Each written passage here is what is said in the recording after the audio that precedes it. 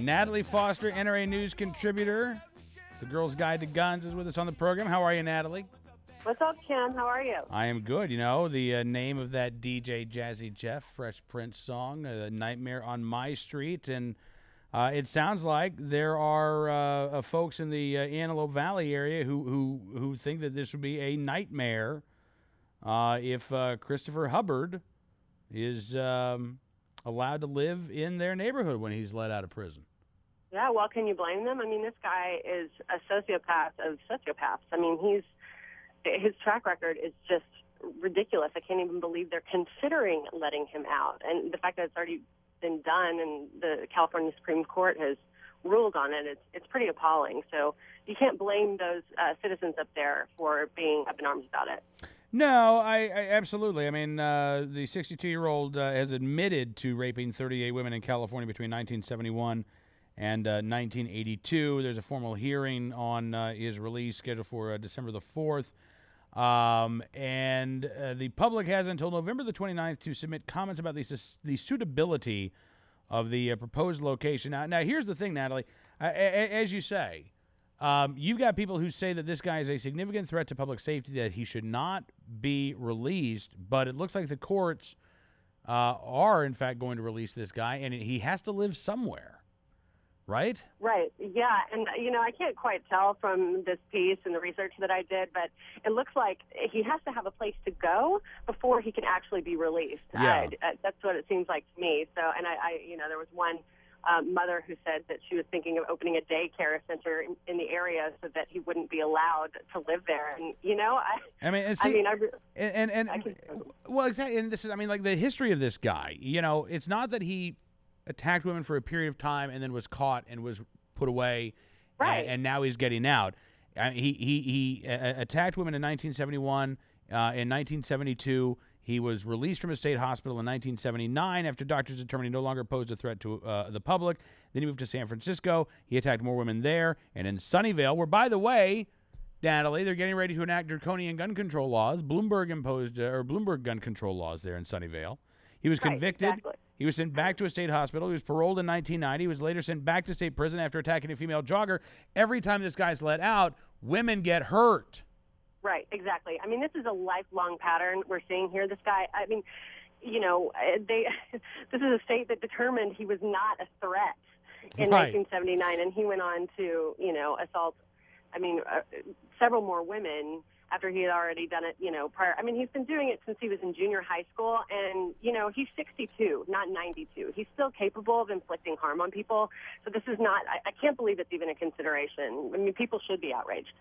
Well, they should be. And I'm glad to know that people are talking about this, because every day we do these deals of the day, and a lot of times, these are stories of guys who've gotten away with a lot of crimes for a lot of years. And nobody really has said anything about this. But, the other angle is, if you're a woman in Antelope Valley right now and this guy's getting ready to become your next-door neighbor, don't you want to be able to not just own a gun in your home? Don't you want to be able to carry a gun for personal protection while you're jogging, for instance? Yeah, precisely. And, of course, Antelope Valley, that's all in Los Angeles County. And as you know, we have a very difficult situation there with applying for concealed carry permits.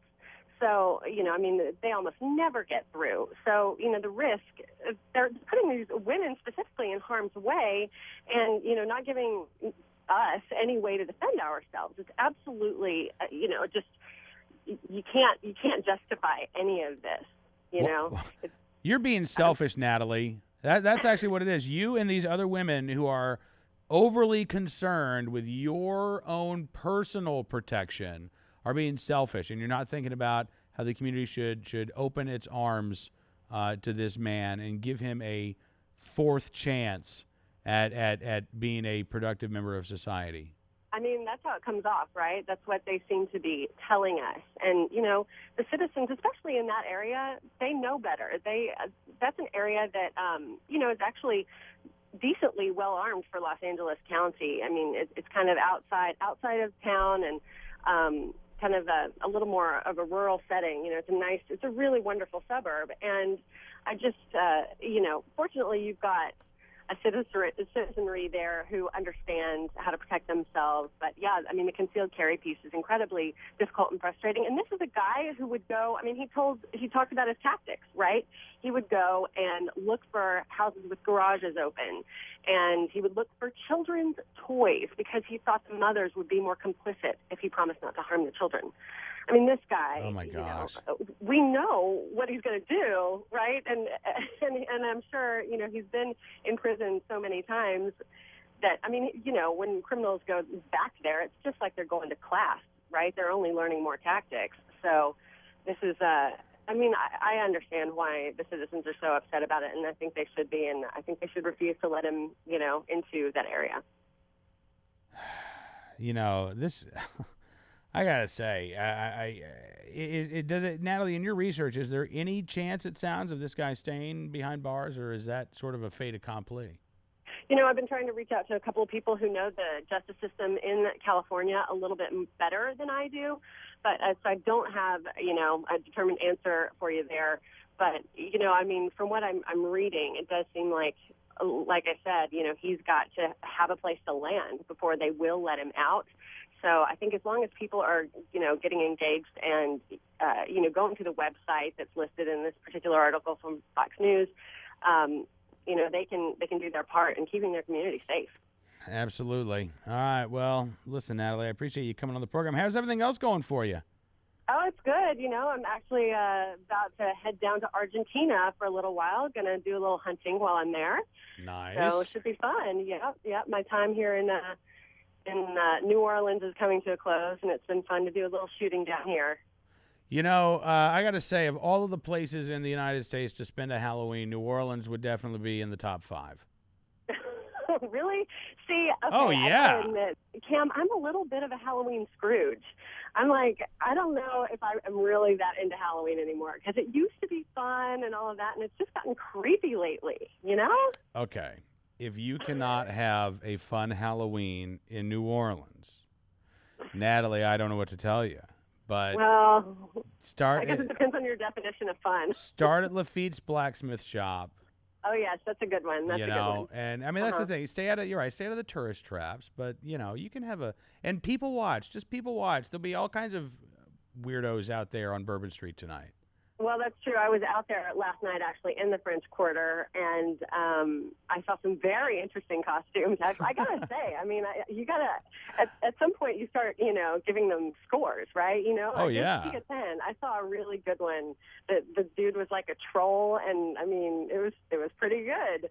But, for the most part, I'm left a little unimpressed with Halloween. But, maybe you're right. Maybe I need to give it another shot. All right. I'm going to if it doesn't work this year, the next year you and I are hanging out on Halloween, and I'll make a believer out of you.